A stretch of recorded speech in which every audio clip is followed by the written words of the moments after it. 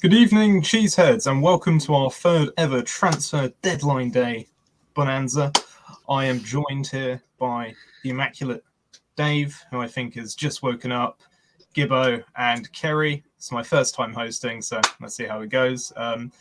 This time last year, we went for 7 hours. Don't think we'll quite manage 7 hours this time, but it's going to be a good show. We're going to be reviewing the transfer window, and please do get your comments in there so we can discuss. So, Dave, how are you doing? Mate, I've just woken up. I'm like a kid on Christmas Day or Hanukkah morning, and I'm waiting for the news, the excitement. You know, Conte would have been driving out in his Italian car, winding down the window at Hotspur Way, the sky cameras. What deals he going to be doing? I'm just excited. I'm just waiting to hear about what deals we've done overnight. Yeah, we'll get the clip of Harry Redknapp being approached in his Range Rover. It's going to be Conte. How you doing, Matt? I'm fine. Cheers, mate. Just got back in from London. I'm not going to say too much because I don't want to spoil Dave's big Christmas surprise. So, yeah, I'll let you move on, mate, and I'll hear what you got to say to Dave in a minute. How you doing, Kerry? I'm good, thanks. Thanks for having me back on. I'm exactly like Dave. I was waiting for my Christmas day today. But I'm still waiting for Adama Traore. I've still got hopes for that one.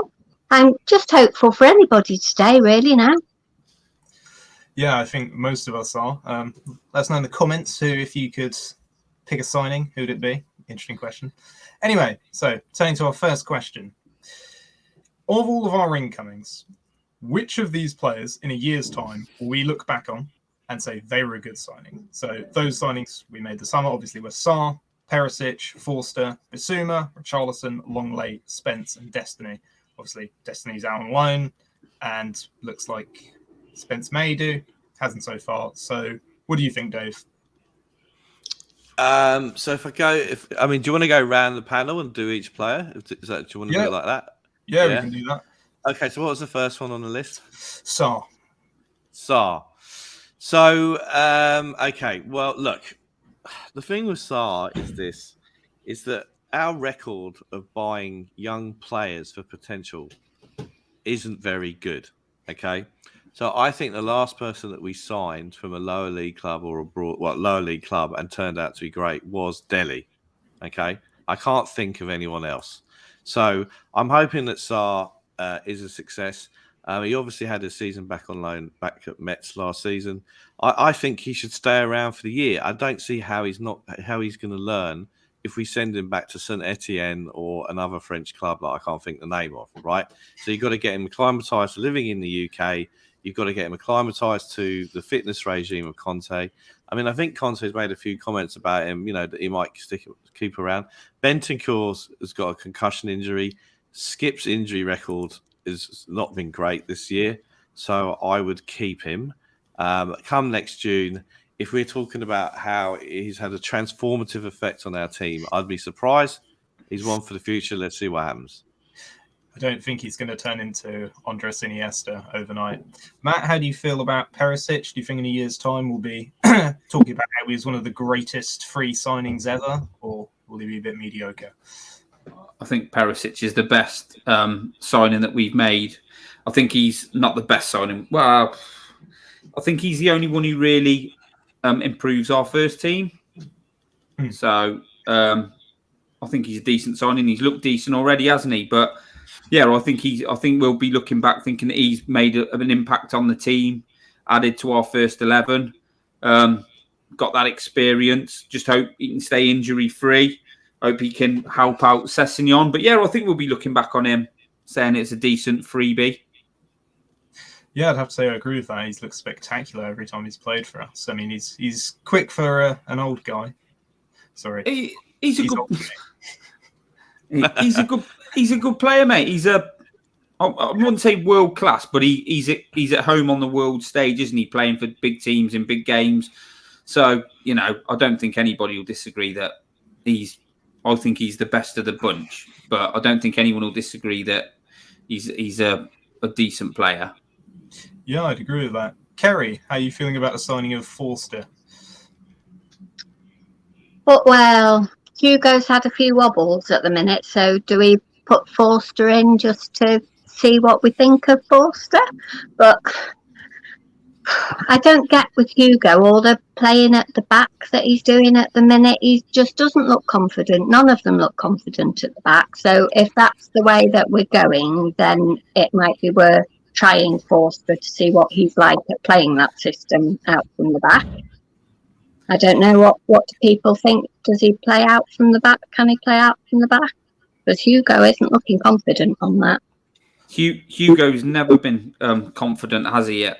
Playing out from the back. He's never been, that's what we do, but he's never been confident with his feet. He's never had great distribution. So I'm not sure Forster will be any better, to be fair. I think, but he's good as a backup keeper, definitely. Yeah, definitely. I think so. I think with Hugo, when he first joined us 10 years ago, he was like one of the original sweeper goalkeepers. He came out, he had pace, he came out and he swept out from the back. And we as traditional English supporters weren't used to that kind of thing, and it worked really well. I mean, at some point or another, he stopped doing that. We're going to be talking about the West Ham game on Friday night, but one thing that the West Ham did is they pressed high up in the second half and put pressure on Emerson, Sanchez, and Lloris. Yeah, I think Forster is a good signing. The Southampton mates that I know were disappointed that he was leaving, and he's a better rapper than Golini. So therefore, it's a good signing. He's horses for courses. We need a good backup keeper, and you might as well have an English person for a quota. Well, there you go. It does help us with homegrown as well. But yeah, the one thing I will say is I remember under Pochettino, Hugo at one point was told to stop passing it short because he can't do it. He had that howler in the World Cup final, didn't he, for France when he was divvying the ball. Anyway, I'll throw it back to you, Dave. How do you feel about Bissouma coming in? I'm really, really excited about Bissouma coming in. I think that he, again, a Brighton mate of mine that I know, was gutted that he's leaving. His caller into the Summer 606 show on 5 Live was gutted as well. I think I can divide up this list of players that we've got in. Of those that I think will improve the starting 11, and then there's some that might improve the squad, and then there's some that I just think, God knows why we bought them in at all. We'll get on to them. But I think Bissouma's a really, really good buy. I really do. I'm really excited about him. And I think he will improve the first 11. And, for 25 million, I'll take my hat off to Paratici on this one. He did well. Well, we spent 30 million on Moussa Sissoko, didn't we? So I don't think we got bad value in Bissouma for 25. Yeah, but don't forget we paid that in 5 instalments of £6 million a year. So Levy, shrewd Levy, once again, that's what we love him for. Well, if I go to the pub and each pint costs me £5 and I buy 10 pints, I still spent 50 quid at the pub, didn't I? Yeah, but did you spend that money on a French international down the pub? No, you didn't. You got Sissoko in. Well, that'd be the bargain, obviously. Moose, I don't know what you're talking about. He's the greatest midfielder of all time. Anyway, going to go over to you, Matt. Easy one for me, Richarlison. In a year's time, what are we going to think? Oh, I want to. Go on, Gary. You have Richarlison. That's an easy one. Yeah. Yeah, 100%. Yes, brilliant.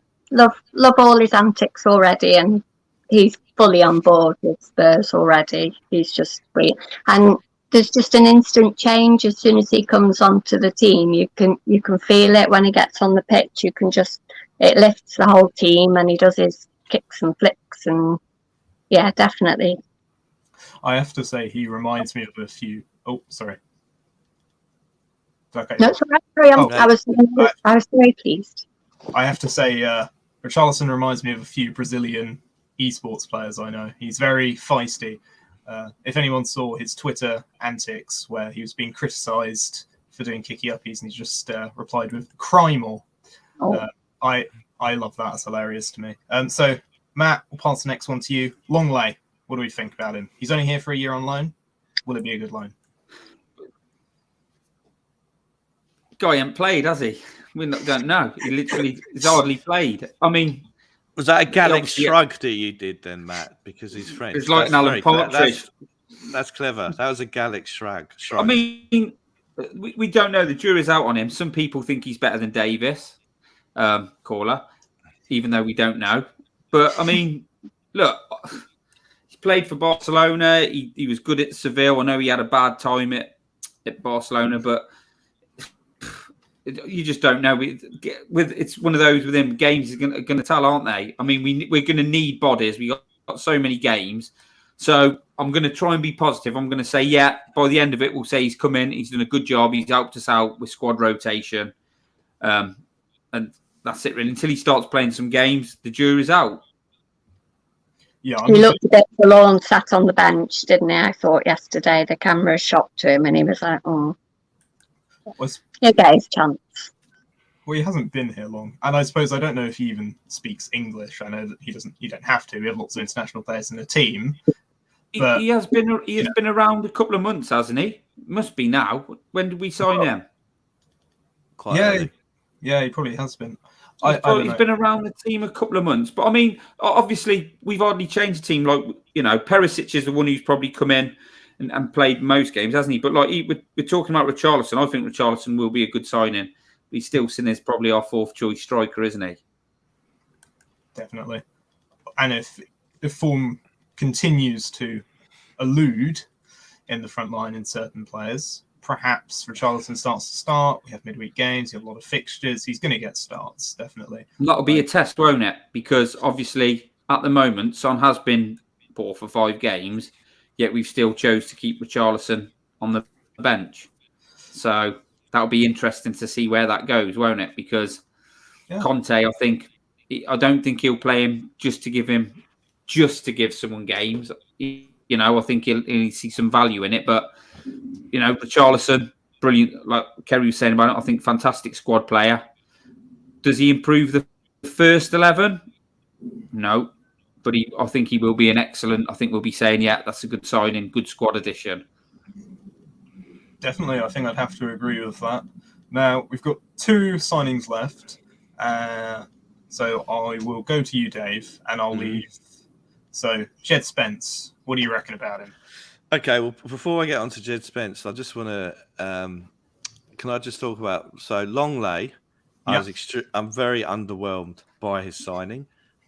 He made 21 appearances in La Liga last season, so he wasn't picked all the time, and a very mediocre Barcelona team who couldn't even win the Europa League.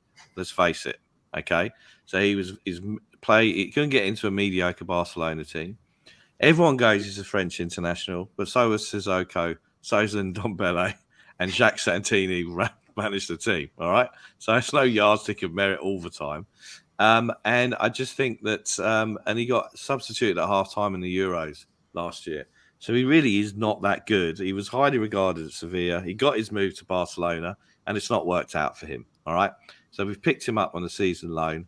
I really wanted us to have a trophy signing centre back, either to cover off Dyer or to really the left footed one. And we just didn't get it. I understand Bastoni didn't want to go. Fair enough. We didn't seem to ever be in for Pau Torres. So I think Longley is I'm very underwhelmed by him. Then Richarlison, there's a lot of lower lip wobbling on this panel about paying 50 to 60 million for Richarlison, and I will take my hat off to the organisation that we spent 50 to 60 million on one of the best players of a lower league team, because that's what you meant to do. I think he will improve the first 11 by the simple fact that he provides competition for places. I love, and also people are going on about shithousery and he's like Lamella. He's nowhere like Lamella. Lamella was a shit player. Yeah. Richarlison is a good player. And I love that. I mean, I've got a huge social media presence, as you all know. I loved what he did. I think he was replying to D. Haman, wasn't he? When he just replied straight back to him, and that's brilliant, and I love that. And so I love him. He's a shit house. He's our shit house, and I think he's a good player. So I think he's a great signing. I would wholeheartedly agree. I'm just going to ask you a question to build off that. So you would have preferred Pau Torres over Longley? Yeah, I would have preferred him.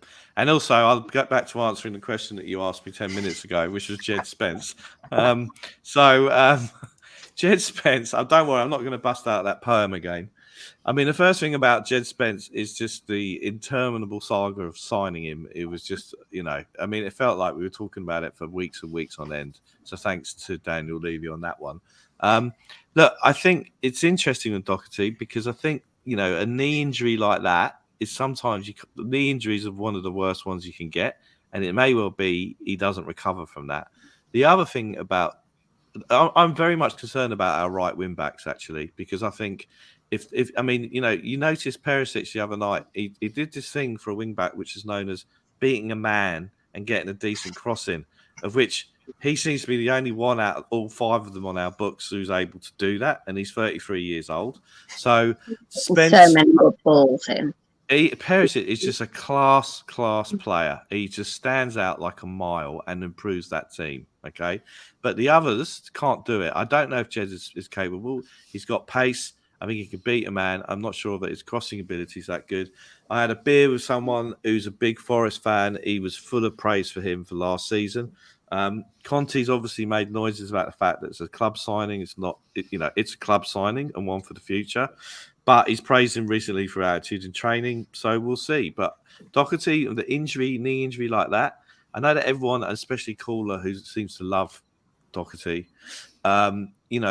Doherty played well last season for about 6-7 games, but he still can't beat a man and put a cross in, right? But any of that is better than Emerson Royale, because when you've got Emerson Royale playing, you might as well put some traffic bollards down the right-hand side of the pitch, because there's just no point in having anyone there. Anyway, there we go. The one thing I'll say about Spence being rated highly by Forest fans is I know a lot of Fulham fans very heavily rated and still do rate Ryan Sessegnon. And as decent as a player as I think he is and will be, that doesn't necessarily mean they're going to be a world beater. Anyway, we'll move on. Thank you. Destiny. Now, he's gone on loan back to Serie A.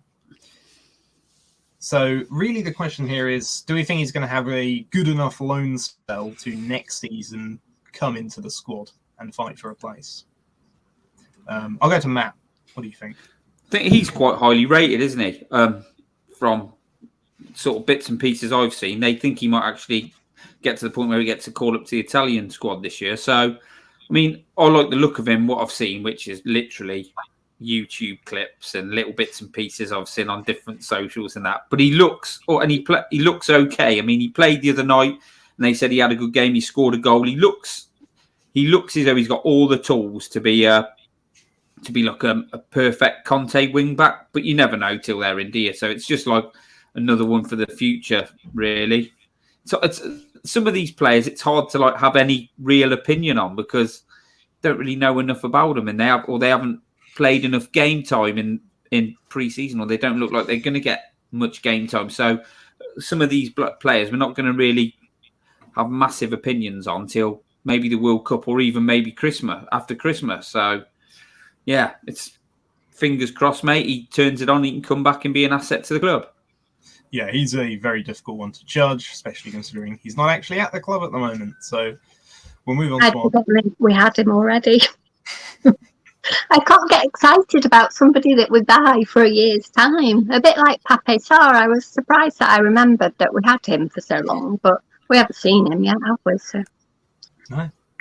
Well, in those cases, it's just about the future of the club, isn't it? It's similar to a Spence signing, but typically they can be part of the negotiations of the transfer that he goes back to a club. James, I think from bits and pieces I've seen, I think Sarr would have been sent out on loan if we could have sort of got someone to come in who we thought maybe would offer a little bit more this season to come in on loan or play for us. But obviously we couldn't, so he's staying, which is the same for Brian Hill and Japhet Tanganga, isn't it? So, I don't know how much football Sarr's going to get, whether it will be good for his development. Like, from my own personal opinion, guys like him, Brian Hill and Tanganga need to go and play some football like we sent Roden out to do. Maybe we bring players in that the manager would have more faith in to play in certain games, which we obviously haven't done. So, yeah, I find it hard, and Destiny's gone back on loan, but I do find it hard to sort of have any real opinion on someone who's come in and then just gone back out on loan. I suppose with Sarr coming back, just to talk about it for a second, we shipped off a couple of players, and we'll get on to that in a minute, outgoings. But a few midfielders have been shipped off, Lo Celso and Ndombele, Winks even. I get Ndombele and Lo Celso because they were probably troublemakers, but I can't have seen Winks being that guy. So it's possible that Conte sees more in Sarr than he did Winks, for example. So that possibly does bode some positivity, but we'll move on.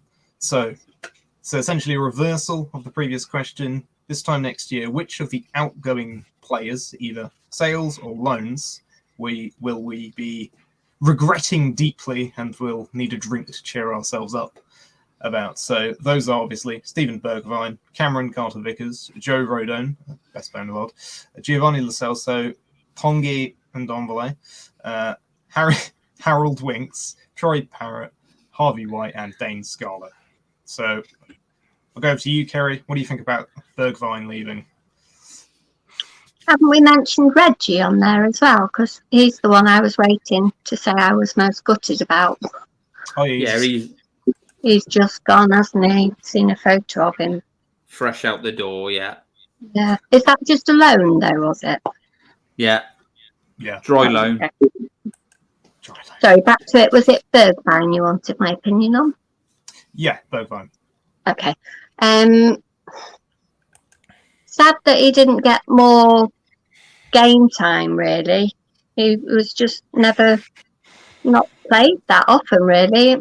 He'd come on for like the last 5-10 minutes, and on some he scored those 2 goals for us, didn't he, last minute? And then, but we haven't really seen much of him, so I'm not going to miss him. He's not going to be one that I'm disappointed. I think he'll do well where he's gone to, though.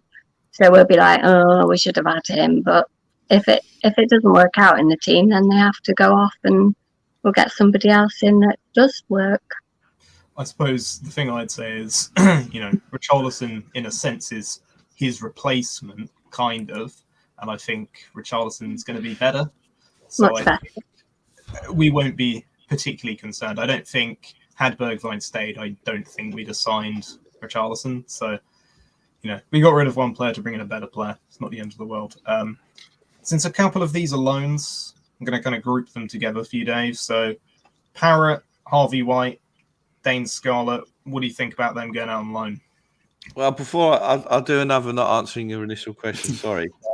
I'm just looking at my phone because on the 30th of May, when this money came in from Munich, I said that it's up to 150 million, so that's really 135 million, plus 25 million of revenue from the season, plus I said we'd get 150 million from sales this window. Ready? I'd said Lo Celso 30 million, Rodon 20 million, Sanchez 25 million, Winks 25 million, Bergwijn 25 million. It's the only one I was right about. And Reggie 30 million, which shows how much I know about the European transfer market. I'm the Fabrizio Romano of Sydney, aren't I? So I think those loan guys, I think Parrott, everyone, sometimes with players, right, they're better when they go somewhere else, and everyone goes, "Oh, we should get him in. He's doing really well. Oh, you're always good when they're somewhere else, right?"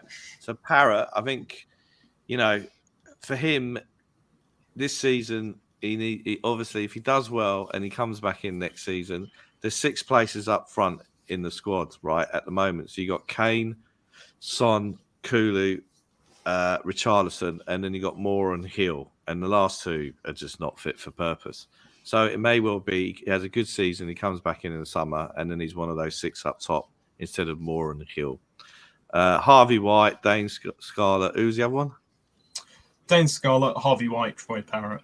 Right. We've done Troy Parrott. So Harvey White, Dane Scarlett. Look, I just love the way on here again, everyone goes, the future's bright. We've got all these exciting young prospects. Based on what exactly? They look quite good against Marine with someone sitting in the back garden reading a newspaper on a January night. Who knows? Right. So let's see what happens. Will they be another Andy Turner or Darren Caskey, or will they be Dele Alli? Who knows? But they go out on loan. It's better for them to do that, and then let's see what happens when they come back in.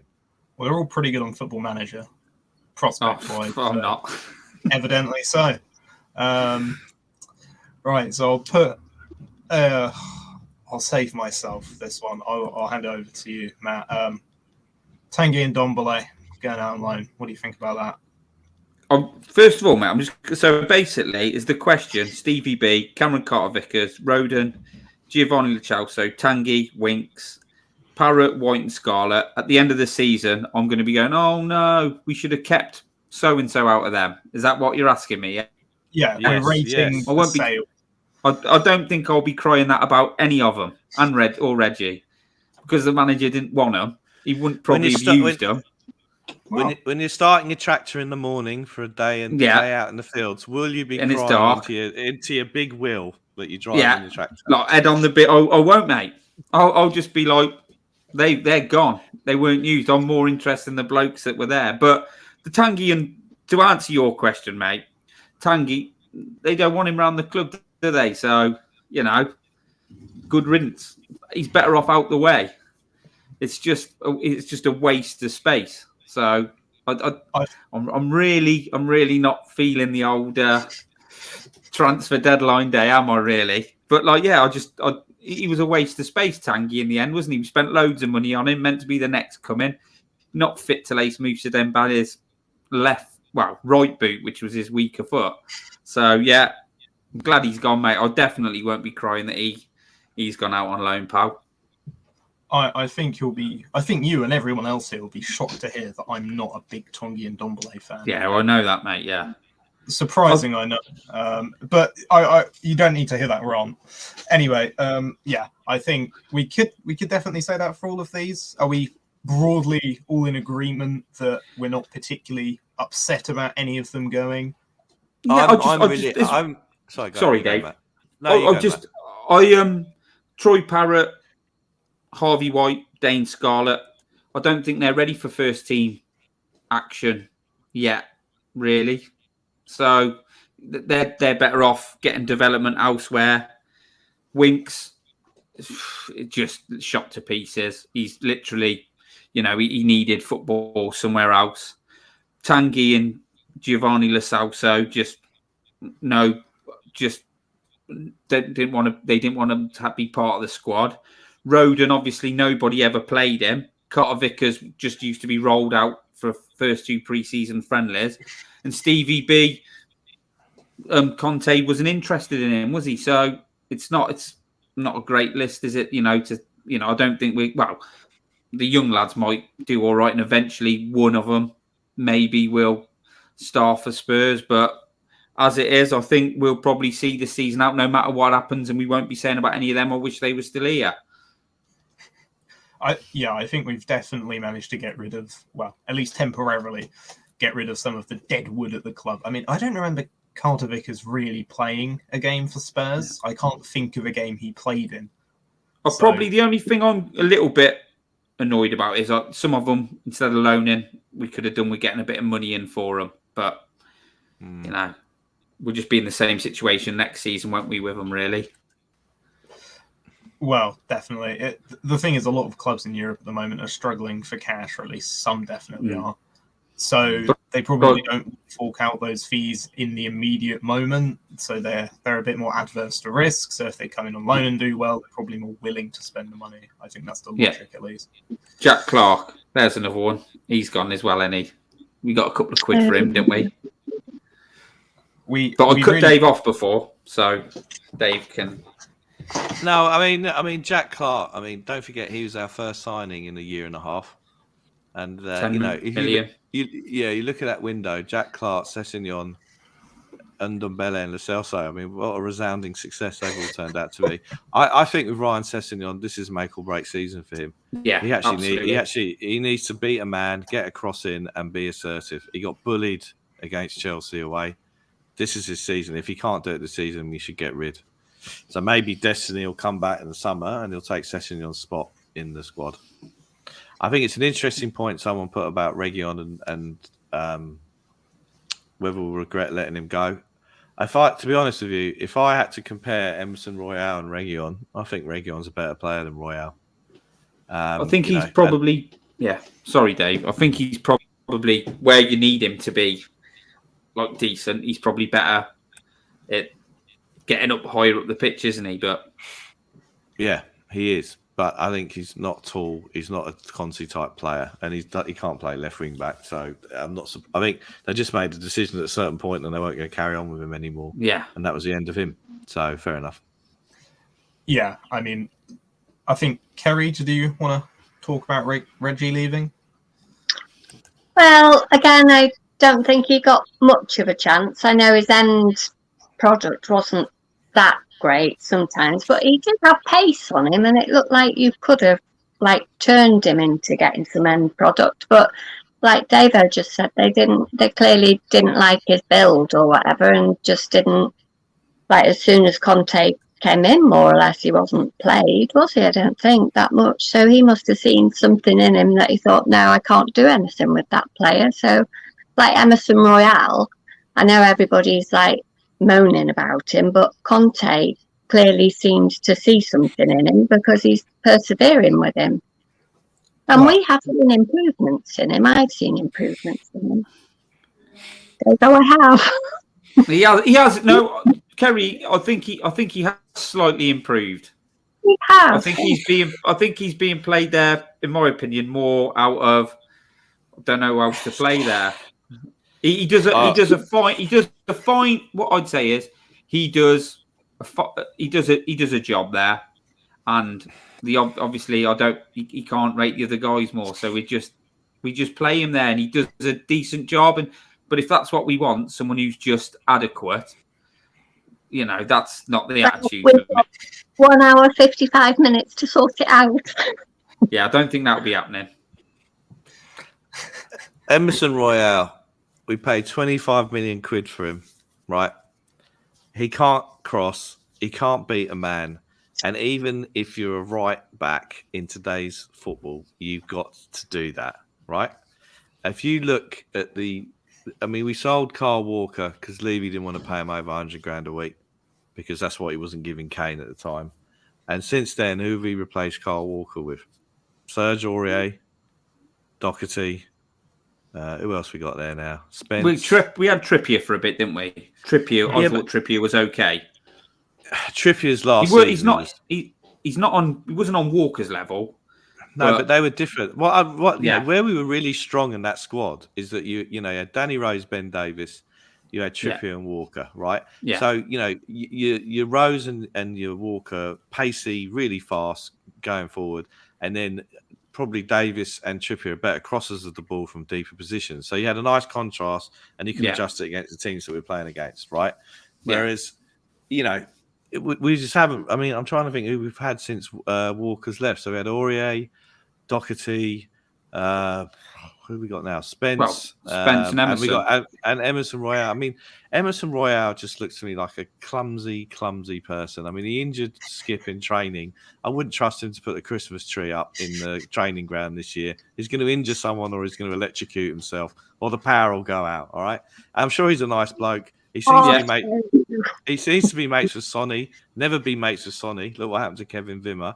And he's got to go. He's not good enough. He's a lovely bloke, Dave, but he's just like I said. Emerson Royale is where possession goes to die. It's either going back or just when I see him sort of go up against the bloke and you think, go on, take him on. You see players do that. When you're watching him, you just sort of sat there thinking, no. And I don't hate him. I don't want to have a go at him, but he is very, very limited. And I think won't get into it now, but right wing back is a big issue for us. And I've had arguments with people over it, but I agree. It just literally, like when you watch I totally agree with you. When you watch Perisic getting beaten blokes, putting balls in with both feet if he can, and then that's what you need over the opposite. And you've more or less got the complete opposite of that. You've got like a body, and he does do all right defensively, but you just think, God, come on, you can just see the difference in quality. Yeah, when we're doing the West Ham tomorrow night show, we're doing West Ham and we're going to be doing the Fulham preview. Okay, but the only thing I'm going to say is Davison Sanchez and Emerson on the right. No, thank you. They're just Sorry, It's fine. James. The one thing I'll say about Royal is that Emerson, whatever, he reminds me of Trippier towards the end, in the sense that if he gets pressed, he doesn't know what to do with it, and he panics, and he gives away the ball in silly areas, whereas I don't see that from Perisic. He doesn't seem to make the same errors. He's quite press resistant. And I think that's one of the reasons I thought we needed to replace Trippier most prominently, because if you can't suffer a bit of pressing in the modern game, you're not good enough for the top level. So, yeah, I think we could definitely improve on Emerson. I mean, we've got not very long left to do so. So, Paratici, if you know anyone anywhere who plays right wing back, Steve from that club. Nobody will convince me otherwise. Nobody will convince me otherwise of this. We've had a whole transfer window, and that was a problem problem position for us. And people, obviously, I said to Caller, that's why we bought Spence. That's why people thought Spence was gonna come in and hit it off, because our right wing backs were. I mean, I know people stuck up for Doherty because he did have 5 or 6 good games out of the 7 good games out of the 2 years he's been here. So I can understand people really bigging him up, but like someone will come back in a minute and say, well, he played right back for so long and he's a right wing back. But you know what? It's just like, look, there's nobody you can tell me that we couldn't have gone out there in this window and improved in that position. Oh, who's out there? There's players out there. Other teams in this transfer window are doing bits, improving positions they need to. And most of them are getting it done. There's no way anybody can tell me we couldn't have improved more on that position. I'm not having it. But I'm not going to get into it. I'm just giving you my opinion. That long journey back from London has left you a little bit jaded, has it? Well, just that. That's that right wing back position for me is something that's been unless Spence does come in and takes over, there's been negligence on their part in that position. Did you go and see a show in London last night, Matt? No, mate. I took my kids to the Stranger Things experience in Brent Cross. You went to Brent Cross? Yeah. I didn't stay in Brent Cross. Mate, I grew up near Brent Cross. I hate Brent Cross. It's bloody awful. Mate, and parking that tractor on level 3 would have been a nightmare. I didn't take the tractor, mate. Because I had missus and the 2 kids. I had to take the combine. I needed more room. I bloody hate Brent Cross. Move on. Yeah. Right. The talk of Decky being converted to right wing back or not? Who? Decky being converted to right wing back? No. They spoke about it, didn't they? But I mean, he's one of our best forwards. I don't think. Yeah. There was talk about it. When you start saying one of your best wingers can play right wing back, I think you're sort of going over dodgy ground. He probably could do a decent job. I mean, I'm sure Moura could play there, but it wouldn't be optimal. I mean, Richarlison could probably kind of play there, but it's not optimal. You all know those guys in attacking positions, don't you? In the same way that Harry Kane probably play defensive midfield, but like we don't want him to play. If Lucas Moura's put in front of you because his distribution's better, mate, you're in trouble. Well, I think we need to address the elephant in the room here, because there is someone available who Conte could, and we'll do the cliche, Conte could do a Victor Moses on. He's in his last year of his contract. He's a well-muscled, oiled man. He is loved by someone on this panel. So I'd like to hand over to Kerry and let's talk Adama Traore. He could do a job down that right-hand side. Imagine how many players they'd have to put round him, about 3, and he's still unstoppable, isn't he? He still gets past. So all those 3 players on that side that you've taken away to look at Traore, you've got all that space down the left side then. So even just purely for having the place, and also we were so slow. I know you're not talking about the game, but in the last game we were so slow playing out from the back up to the front. Then Traore could do that job. I know he's got no end product, but you're right, Davo. Conte could do something with him and turn him into a Victor Moses. I think that's a good point. I mean, He'd to be fit right fair, in if he's got no end product. He's available. So Well, what's the problem? what end product does Emerson Royale have?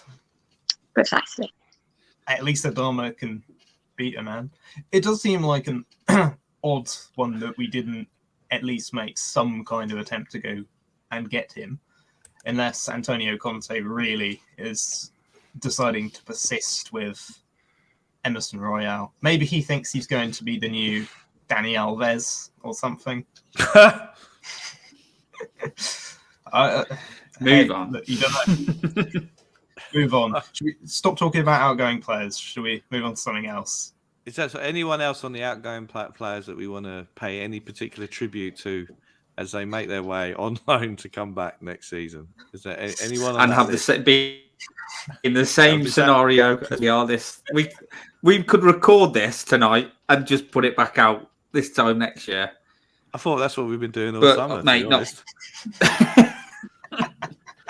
Nah, mate. I think that's it. I think let's talk. Let's go. Let's do something a little bit more upbeat. Not outgoing player, incoming. You know, who could possibly come in the next 2 hours? That might cheer us up a bit. All right, we'll move on. Oh, Traore could. He could, yeah. Yeah, shut up. Shut up. He could. He could come. He could come. He could carry, yeah. Good. He's probably quick enough to run down to North London. Precisely, yeah. How far would that be from Wolves? Probably quite a lot of miles. Does anyone know? If you know, leave it in the comments. North London, Wolves' stadium to our stadium. Do the maths. Brent Cross Shopping Centre to Molineux. What's the distance? Yeah. Find out. No Googling. That was just that's just where I was opposite yesterday. Brent Cross Shopping Centre. Right. You've got Right my then. sympathy. Anyway, what are we Right, going to let's talk move about on. now, James? Yeah. About Martins, is he linked? Or is He that was. The Portuguese winger. I saw something about that, but Yeah, I thought something. I mean, we're Wasn't that also a good linking old? with Wasn't that one of them ones where we're linked with him, possibly talking to him? It's an advanced stage. Then Alistair Gold or someone comes out and says, "Nah, no truth in that," and everybody just shuts up about it. Then one of them. Does anyone know what our net spend has been this window? No. Was it 90? Well, something like that. And obviously, when Romero's sale came, was activated the other day, like the actual sale of him, I think people were talking about we spent 120, 130 then. So something like that, apparently. But I don't think we paid for him. I don't think we paid for Romero straight up, would we? I bet that's in instalments, surely. Well, we paid the initial loan fee last season. Yeah, and the only reason why we did it that way is because Juventus had sold him to Atlanta in that window, and you can't be sold twice in a window, and that's why here we go, Dave. That way. 130 million. Yeah, and that includes the Romero money. Well, I assume so. Right. Okay. That's out of our war chest. Yeah. Right. Out the war chest. Well, there we go then. Yeah. Let's move on. You look speechless, Davo. Sorry? You look speechless. No, because, there was a lot of excitement about this up to 150 million for on and off the field activities. And, we haven't really quite delivered. I mean, if I was to mark this window out of 10, I think this time last year our window was 3 out of 10. I mean, it was bloody awful. And it was more about getting the higher earners off the wage bill, like Toby, Coco, and just getting rid of Aurier, and getting in Emerson, Hill, and Romero. I mean, and Galini, cracking. And then this window, as I said, I think there's 3 players that's improved the starting 11. And then there's one or two you can say improved the squad, and then you got Longley, who I just don't understand. So I'd say it's a 6 out of 10 window. I mean, what we're lacking is I think we're really lacking a creative midfield player, and that was obvious the other night. I think the only one who's capable of unlocking defences, to be honest, is Kane when he drops deep. and we're lacking that massively. And then, if you look at our 6 up top, your number 5 and your number 6 options, as I said, Hill and Mora, they're not exactly inspiring. I wouldn't mind seeing a 6'7" Austrian lump bought for 20 million quid who we can throw on at the end for 5 minutes and do that kind of role. I don't know any Austrian lumps who are 6'7". Dave, I think you're like your fifth, like you're saying, the 5th and 6th choices. I think if we could have done anything to move them on, we would have. I think they're 5th and 6th choices now, because if you look at the Hill's still there, we couldn't move him on. I've got a real and I agree with you. This having a little bit of creativity. We've had ages to sort this out now since we sort of made. It's been coming up to the transfer window for a while, yet we can't seem to improve on players that we don't want at the club. I can't really work it out.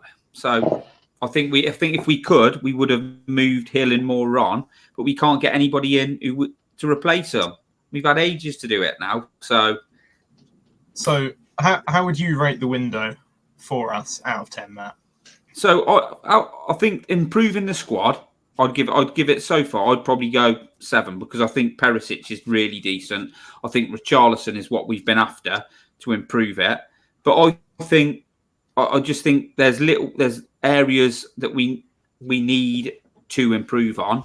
Right wing back, like I said, and I totally agree with Dave that we do lack creativity. And in more games, I think we'll need that in more games this season than we did last season, because I think teams probably have worked us out a little bit and have found ways to stop us doing what we did last season. So at some point, you have to change slightly. But this will probably be discussed more tomorrow, I should imagine. But then that's sort of going to come down on the manager as well, who I'm not having to go with the manager. I'm just saying that's sort of like his decision. Yeah, definitely. Sorry. Yeah, definitely. I think I'd agree with that. Kerry, how do you rate the window out of 10? I think I'll probably go with what Gibbo said at 7, I think, because it did start off really good at the start and we were getting all these players in and, oh yeah, this is really exciting. And then it's obviously dwindled off to nothing. So if we get any more players in tonight, can I put it with a caveat, please? Yeah. If we get any more players in tonight, then I'd put it at an 8.5, not being a rookie. But at the minute, I put it in as a 7, I think. Because the problem was yesterday, when it was looking like Højbjerg was a bit injured, we all of a sudden looked a bit thin in midfield, which I was quite surprised at, really, because Skip obviously is only just coming back from injury. Bissouma was put on, but he looked very ropey and obviously needs a bit more game time, really, to practice before being put into the matches. And Bentancur obviously being concussed or whatever it was, we were suddenly looking a bit thin in midfield when Højbjerg sort of started. But I think it was just his boot, wasn't it, that was broken or something. But that was a bit of a worry. So that shows that we are light, and obviously right wing back is still a major problem. And we didn't get the Stoney in that we were linked with, which was a big disappointment. So that's a bit thin there. So I think 7 at the minute. Okay. So speaking of Højbjerg, Kerry, did you know it's 1st of September today? And did you know it's Højbjerg's the player of the month in the Tottenham calendar for September? Oh, is he really? Oh. Yeah, we don't just throw this show together, Kerry. It's a smooth link. There we go. And Kerry, can I ask you a question? So you're saying 7 out of 10, and Yes. if we get another player, it's 8.5. But what So about saying the 7?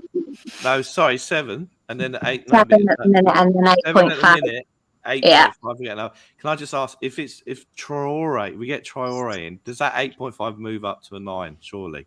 Yes, I think that moves up to 9 because I can see he'd be exciting to watch, wouldn't he, burning up and down that pitch? At least if we weren't getting anywhere, it'd be exciting to watch because there'd be a bit of pace going on.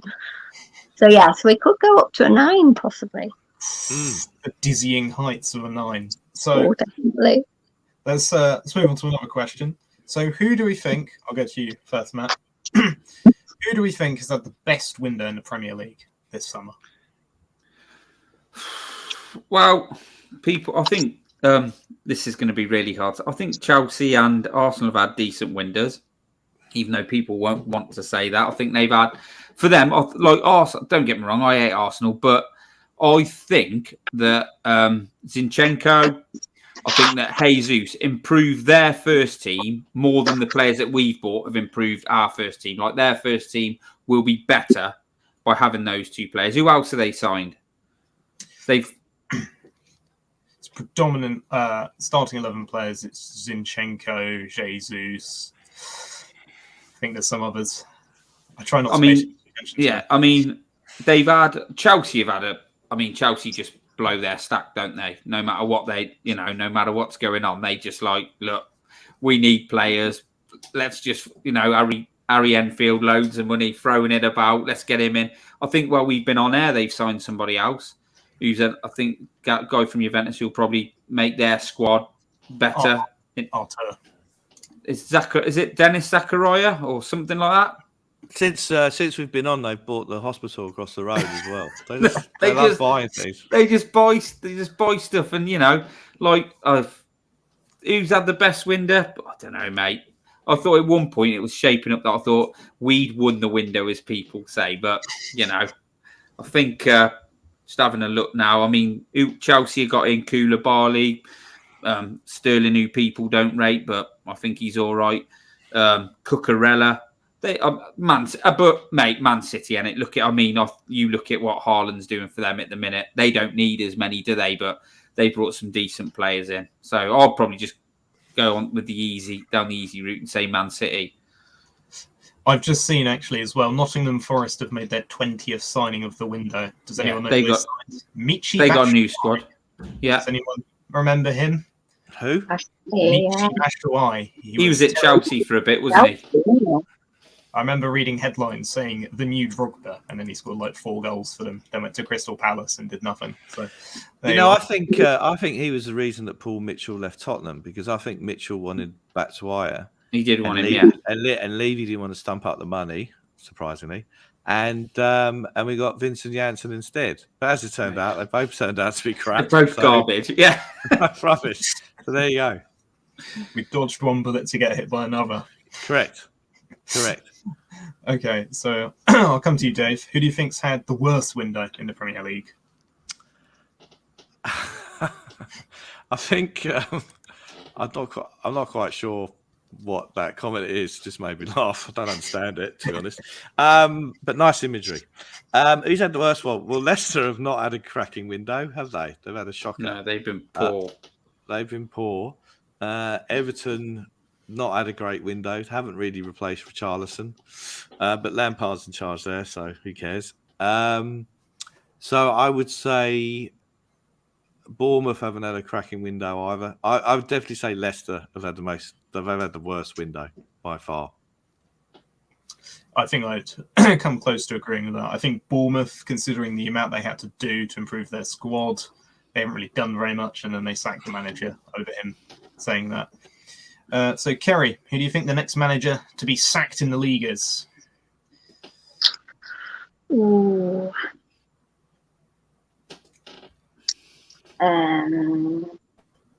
Just for the fun of it, I'm going to say Lampard. Just because it would be nice to see. I don't think anyone's going to be too upset by that prospect. Do you have any bets on that, Matt? Nah, mate. You look at the minute. You're looking at Rodgers, Lampard, Gerrard, aren't you? That's who you're looking at the minute. But I can't see anyone else bar them at the minute. They're but like Villa struggling, Leicester really struggling. Lampard is just Everton are Everton, aren't they? So we'll see. But I think I think Leicester and Villa are playing Al Sakiko in 2 weeks, mate. So I actually think it will be Bruno Lage. Sorry, continue. No. Dave. Oh, I think the ghost of Poch is looming around the Premier League at the moment, right? He is he is the new girlfriend the new girlfriend or boyfriend that everyone's going to be fluttering their eyelashes at, right? So I think you look at someone like Villa. I mean, you've got Christian Perslow's there as a CEO who's at Liverpool, so he's had that relationship with Gerrard, hence why he brought him in. You've got Leicester, but they've got no money and they've seriously weakened, so would Poch want to go there? And then you've got Everton, that is just a complete and utter basket case. So if I was Poch and I'm looking at the jobs that he could take on, I mean, he's not going to get Man U, he's not going to get any of the top 4 or 5. He's either going to wait for Conte to ultimately blow up and leave, and then Levy will distract us with getting Poch back in, and we won't remember the reasons why Conte left, which is another TV Jedi mind trick. Yeah. Or I can see, unless Villa improve, I could see Poch going to Villa. Good support base. They've got a bit of money behind them, and I think a good project manager like Poch would suit them. I think Gerrard, being as it's Gerrard, might get a little bit more time than he probably should. But I agree with you, Dave. I think the spectre of Poch is looming over a few clubs. But I wouldn't be surprised if he's been told, look, if Antonio decides enough's enough at the end of the season, the job's yours, mate. And like you said, like there'll be very obviously. If that is the case, like you said, it's a different story, but people will sort of like, if Conte goes and Poch comes back in, it'll soften the blow for quite a few, but like we won't go into that. But yeah, I agree with you. Poch is just waiting, isn't he? He's going to have his choice. And can we just say hello to Mother HG in the chat? And, she's obviously forsaken her Michael Bublé CD this evening to watch us. So thank you very much. So, going to move on to the another question. Go to Kerry. Who do you think the best signing in the Premier League this summer has been? Way it's going, it's looking like it's Haaland, isn't it, at the minute, I think. The amount of goals he's scored already is just ridiculous. Scored a hat-trick against Forest in the first half, which is stupid. That's like Lewandowski at Bayern numbers, isn't it?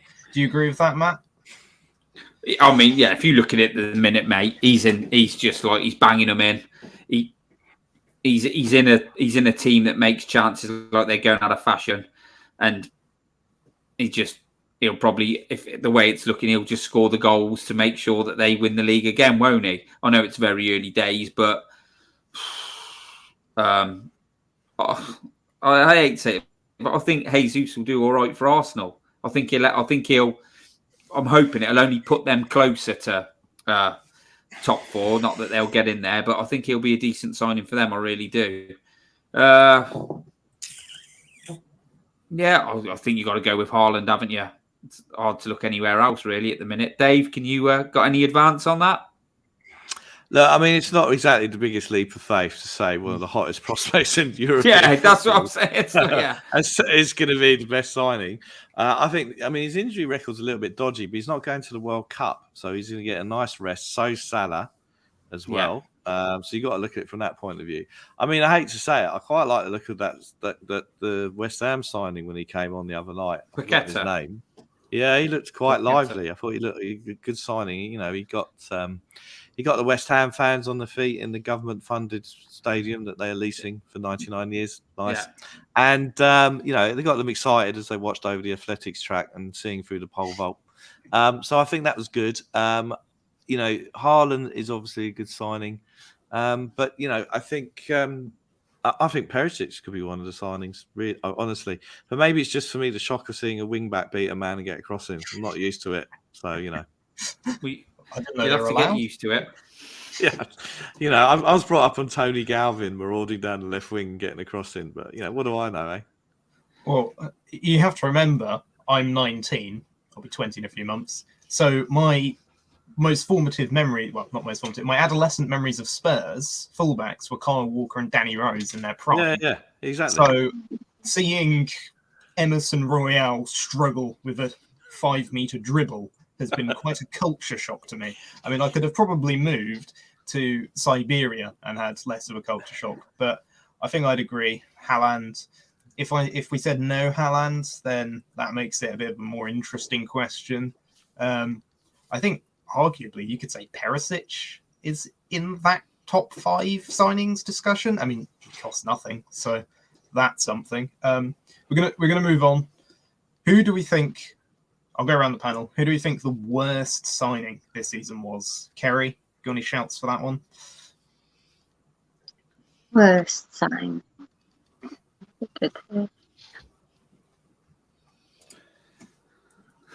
difficult, isn't it, Kerry, that one? Because you don't know. Not they haven't really played enough yet, have they? I mean, we haven't signed Dan James, have we?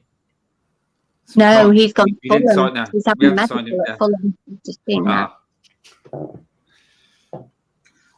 So no, he would have been the worst signing, I suppose. he would have been awful, wouldn't he? Yeah, I don't. Can you imagine loaning out Brian Hill and bringing in Dan James? I mean, as a concept, where would you even begin to start? Look, I know. That's what I'm a Wales fan, and I like Dan James, but he is a vastly inferior player to Brennan Johnson. Yeah. And that kind of tells you all you really need to know. Brennan Johnson's a better player, at least for Wales. So if we're going to go get the BTEC Brennan Johnson, that's not what I would call world-beating recruitment. I'm going to come in with who I think the worst signing of the window is. Go on. Yeah. And it's a free.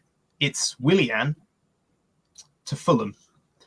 I think he's going to be awful for them. He wasn't good when he went to Arsenal from Chelsea, and now he's older.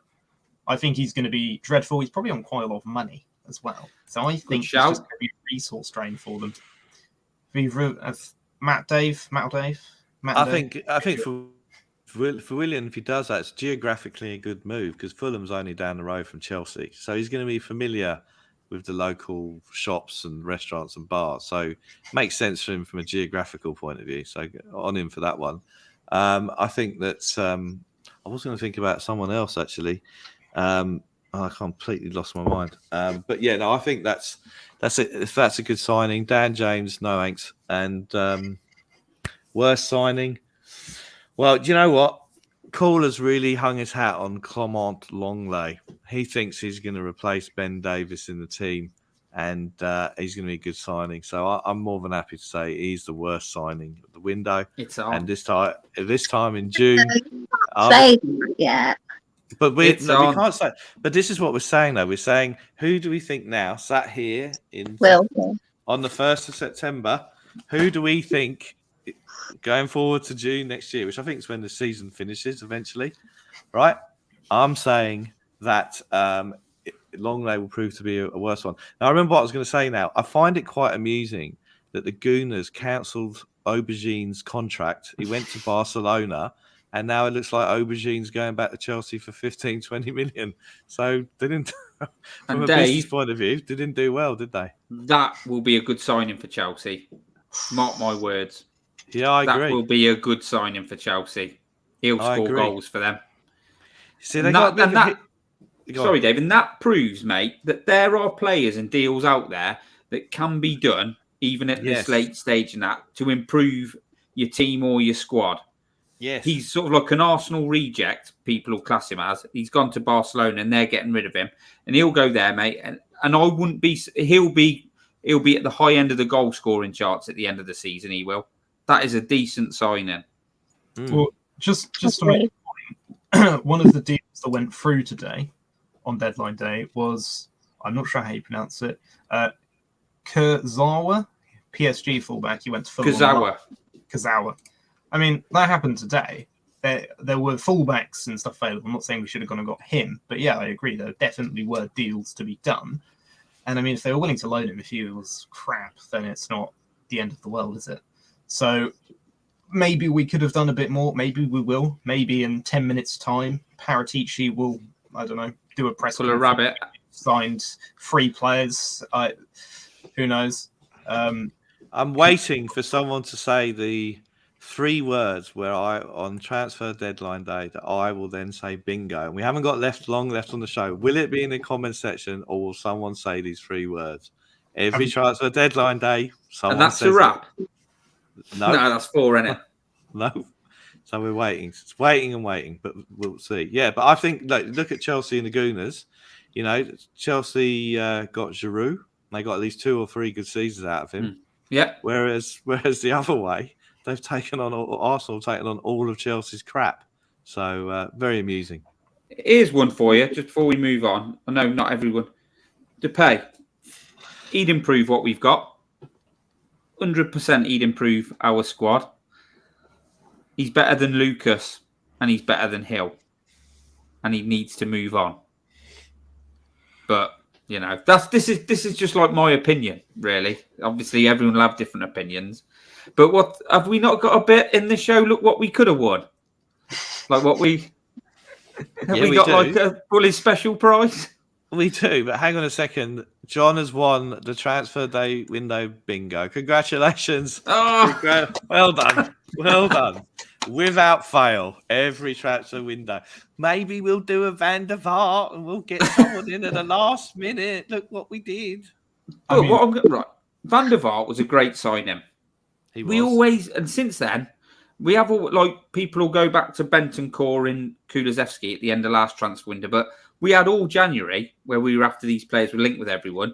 And Kulusevski, in the end, we just went and got him because Paratici knew him and Bentancur, and they ended up being really good signings. But what we're doing tonight is what we have done for so long. It's like fucking ridiculous. We need this player, we need that player. Brian Hill, like last week they said Brian Hill was going to go out and Spurs are 99% sure of the bloke they've got to replace him, and then he can go to Valencia. What's happened? I totally agree with you about Bentancur, Kulusevski.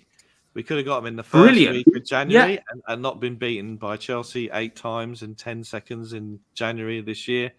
And a well thought out strategy to me doesn't seem to be ringing up your old mates at Juve and seeing who do you need to sell to fund the Vlahovic, whatever his name was. Vlahovic, yeah, and it worked out brilliant. We were on the right end of that deal. It's worked out really well for us.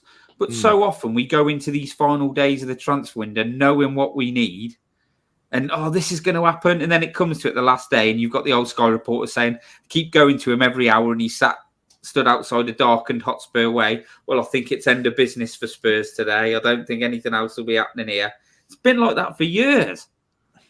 Yep. It's just ends up being a damp squib, and it smacks as if we're like trying to be what we're going to do is we know the player we want. We're going to leave it right till the end because we can say, we can do a better deal. And then it's like, we can't do it now. That deal's too complicated to do. There's not been enough time left. We might have to go back in January and have a look. And then we'll be doing the same at the end of January. It just like we could be doing so much better. And it just baffles me. Like I said, there's teams out there doing business. Like, I don't want someone to go, well, obviously you don't know about the business side of football. I don't want to know about the business side of football. We're a football club. There's people out there doing business. And it's not, that's on Paratici. That's his job, not Levy's. I mean, I don't get how he supposedly has like 10 spinning plates, and if he can't get one, he moves on to the next one. Well, surely we're down to like the 6th or 7th by now that he could possibly get in. He must have just forgot to take his irons out the fire. He's got so many irons in the fire, he just forgot. Well, he's dropped the plates. So many plates that are spinning. Don Paratici's cooking. Say all these things. I don't want to eat whatever he's cooking, to be honest. It probably ain't that great. Raw baked beans. No thanks, mate. We could be doing better today. It's super frustrating though, because we got a lot of business done early. So I think that's the thing. So we've been waiting for some now. But someone obviously had the imperative, like, let's get this business done now, let's get it done early, get ourselves sorted. And then we knew we had to get these final little pieces into the team, and then we dallied on this. Why were we so decisive with those? That's the issue, isn't it? Like, we've got all them bits done. We've sort of like the bits, it's as if get these in. This is the bits I definitely need, and then we can wait to maybe add a few little touches here and there to make us a bit better going forward. So we do all that, and then we have all this time, and nothing happens. It's always the same sort of, like Dave said, the same sayings all the time. Just doesn't look like that one's going to get over the line. Also, they do fancy that one, but it's a complicated. Like Dan James the other day it's a complicated deal. Fulham have just Fulham signed him. He's having a medical, I think they said. So it was a really complicated deal for us, but Fulham have gone in there and got it done because they weren't even mentioned until a day or two. No, we're not. But I'm just talking about how we go about these situations. Malinovsky, bloke dreamt of coming to Spurs apparently, but it was a difficult deal to do. So why are these deals always difficult? Because Levy's involved. That's why. I do remember, I think it was Ferguson saying he was the hardest person ever to do business with. So I genuinely don't. I don't know where Dave's coming from in the past, but like at the minute, it's Paratici's job. It's his job. Fergie said it was more painful getting a hip replacement than dealing with Daniel Levy. But I know where Dave's coming from over the past few years, but it is Paratici's job now to get these players in. He's the bloke that's doing that. I know he probably the final say has to come from Levy, but still time left. We've definitely had worse. Charlie Adams at the training ground waiting. Coutinho. Do you reckon Yaya Toure could still play instead of coaching? I wouldn't mind that if he could. Well, it's probably better than Harry Winks, isn't he? Berahino must surely be somewhere. Yeah. Does Conte fancy playing right back? I mean, is he worse than Emerson? I don't know. Tricky one, that. I'm not sure. Look, when does the window shut? Shuts at 11, doesn't it? Yeah. Yeah. So it's an hour and 15 till the window shuts. I'm hoping we might get a spontaneous deal out of nowhere, even if it's Big Steve from down the local pub. I think I'd be happy with that. It's not happening. Anyone. Not happening, mate. Tottenham, as the Sky reporters will probably tell you, because I haven't watched it today, Tottenham are closed for business, mate. Believe. They're happy with what they got. They're going to go with it. Conte's happy. They're closed for business. I think all in all, it's been an okay. He wasn't looking very happy yesterday. He was looking a bit somber, I thought, yesterday. He's that happy that we'll be... I mean, I didn't watch yesterday, but obviously we're drawing 1-1. We bring one sub on. He must turn to the bench and think, what can I do to change this? Yeah, well, that was the same. That was the same as last season. Yeah. Right? So that was the same as last season. And I think that he hasn't got Hill and he hasn't got Moore on the bench. I know. And then he looks at it and he goes, "What else can I do?" So what was wrong with Hill? Is he injured? Maybe with the move. I think I think he had a knock, didn't he? There's talk of him having a knock, but right, okay. He can have his seat back on the bench now, can't he? From him, wasn't there earlier on Twitter something? Yeah, he put a post on or something, didn't he? Yeah. What did he post on Twitter? He just posted something like I'm not 100% sure what it is, basically saying, it's a bit of a sob story. I don't know. I'll try and find it for you, mate. Do you follow Brian Hill on Twitter? No, so I think John put it on our group earlier. Right, okay.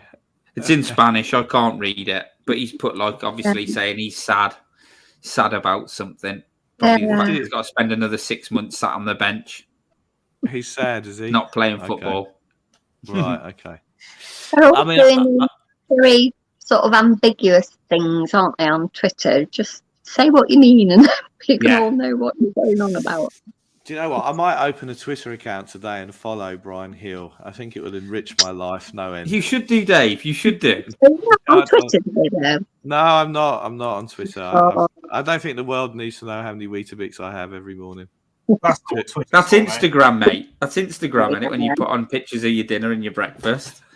I am on Instagram. I've got 93 followers. Yeah. Right. Racking up the followers. Put a picture of your Weetabix on in Yum Yum underneath it. I might do that, but people go mad for it. I'm on private because I'm worried about Jamie Vardy's missus leaking to the Sunday game. Yeah. have we got anything else we need to cover off, James? On this transfer day extravaganza, we've done in the last 2 transfer days, right? Okay, we did 6 hours in January talking about God knows what, I've no idea. And before that, we did 7 hours. So we're clocking in at about an hour and a half. Anything else we need to cover off? Yeah, mate. Can you remember in that Seb did a couple of transfer specials in the summer? Oh yeah, I remember. Yeah, remember what you could have won? Yeah, I remember. Yeah.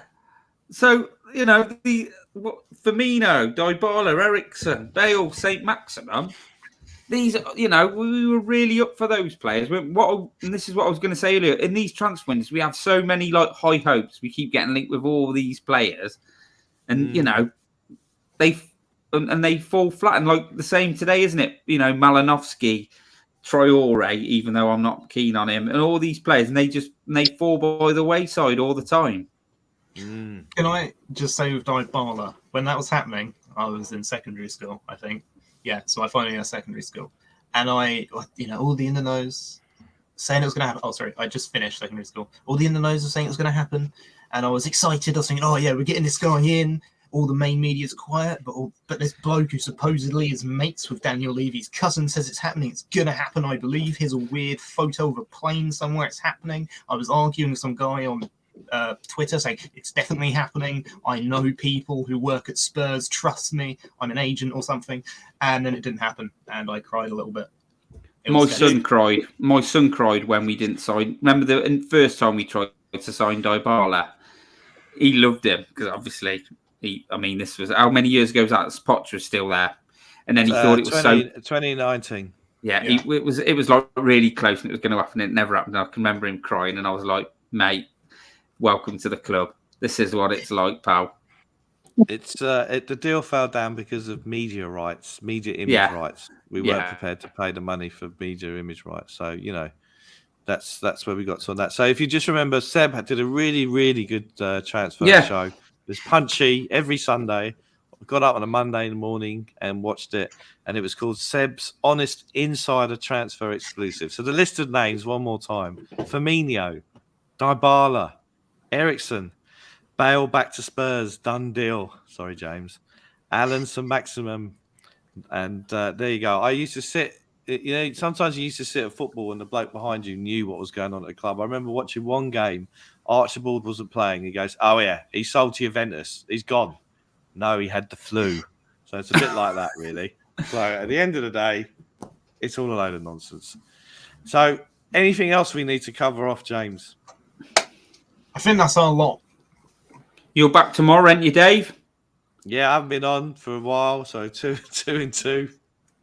I'm hoping Calder's going to be on. We're going to have a nice chat about the untapped potential he sees in Brian Hill. So tomorrow you're on to discuss. Obviously, we've still got an hour and 10 minutes. So you're on to discuss the possible sign-ins, the possible incomings. Yeah, the West Ham game, preview Fulham. Yeah. And in the next hour and 10 minutes, I'm also going to have my Weetabix while seeing if we buy anybody. Take a picture, put it on Instagram. And put it on Instagram. Yeah, and then I'm going to do a day's work.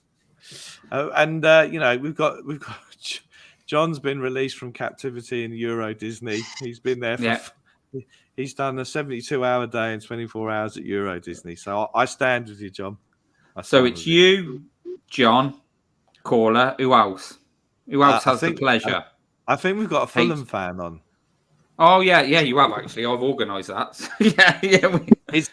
Can I ask? Is he or she posh? Being a Fulham fan? James did a podcast with him for the Fulham side, didn't you, James? On Monday. How did that go? Yeah, that was great. It hasn't been uploaded yet because it's pre-recorded. But yeah, that was sound. It's only about half an hour. But yeah, we had a good chat. Yeah, he's a sound guy. He's not posh. He's not. He's a Fulham fan. He's not posh. So Yeah. Is he really from Fulham? Yeah. He hates Chelsea, so we'll get on. He's a nice guy. He really rates Ryan Sessegnon, so oh God Almighty! Maybe something to talk to him about that. I'll be preparing all day. Thank you. Hey, though, can I ask you a question? Me? Yes, you. Okay. Is there any player that you're happy with in our squad? Yeah. You see, you've been talking to King Hoddle too much. King Hoddle thinks I'm negative. I don't know why people get this view of me. I'm a very happy-go-lucky person, taking pictures of my Weetabix, sticking it on Instagram for my millions of followers. Yeah, I love Lloris. I love Perisic. I think he's fantastic.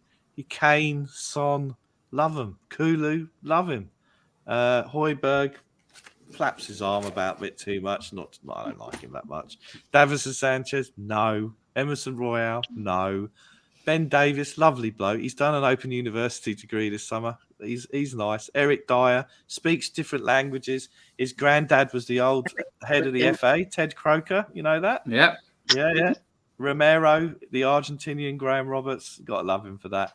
Who else is there? Bentancur, he's all right. Basuma, like him. Skip. Skip. That Caller discovered Skip when Skip's parents had the first CAT scan. When you get that little picture of the baby. He's going to be a player. He is. Caller was in the room. No, he's definitely going to be a player in his Liam Gallagher voice. And then when he has the Wolves fan on, Caller likes to talk in his Brummie accent and all that. So I sound like Paul McCartney then for some reason. Yeah, there are many players that I do love. Oh, good. There are players I You love. should focus on those players and just reinforce that, we're not such a bad team.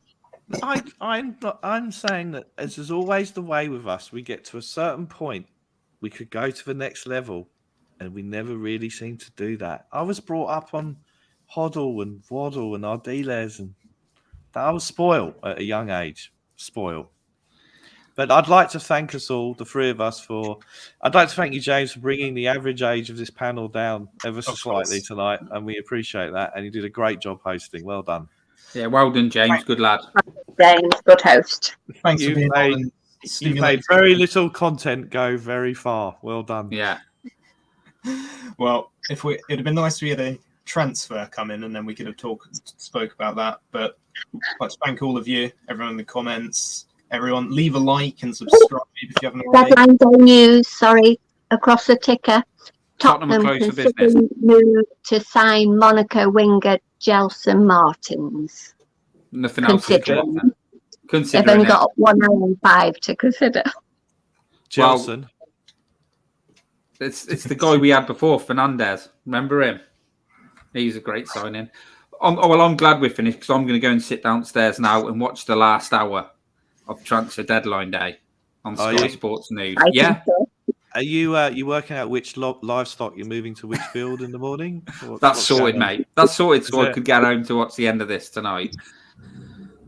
That's good news. Yeah. I'm gonna go have a glass of wine now, but I've got nothing else to say other than come on, you Spurs. Thank you for having me on. Come on, you Spurs. Come on, you Spurs. Nice to meet you, Kerry. And you too, Jibber.